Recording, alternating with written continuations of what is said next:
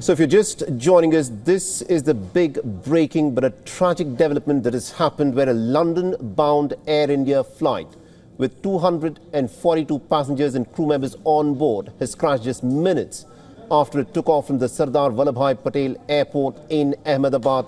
We do not know the circumstances that resulted in this crash, but this is a tragic incident which quite clearly will go down in history as one of the worst aviation disasters in India's history. There was smoke that was seen billowing from the site of the plane crash. And according to reports that have come in, the plane has not crashed in open ground, but has crashed in an area which had a doctor's hostel. We do not have information as to how many people were inside the doctor's hostel at the time when the plane came crashing down. These are images from the scene where the plane has crashed. We still do not know as to how many people have actually managed to survive.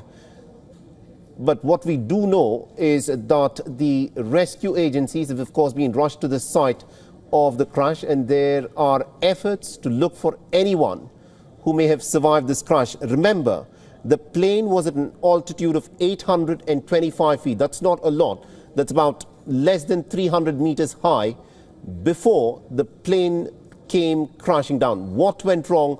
An investigation, of course, will establish as to what has happened. But this is one of the worst aviation disasters in India's aviation history.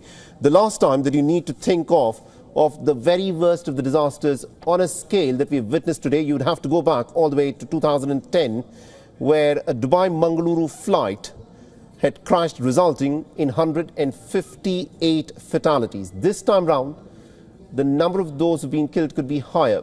We do not know, has anyone survived this? It is difficult to survive an air crash, but 242 people were on board the flight at the moment.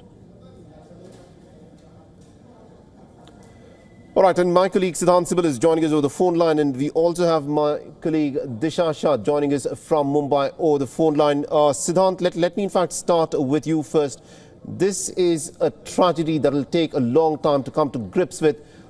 This was a flight that was bound for London. Give us a sense of what's happening at this moment. And we also heard that the British Prime Minister Keir Starmer is also being kept updated of what is happening.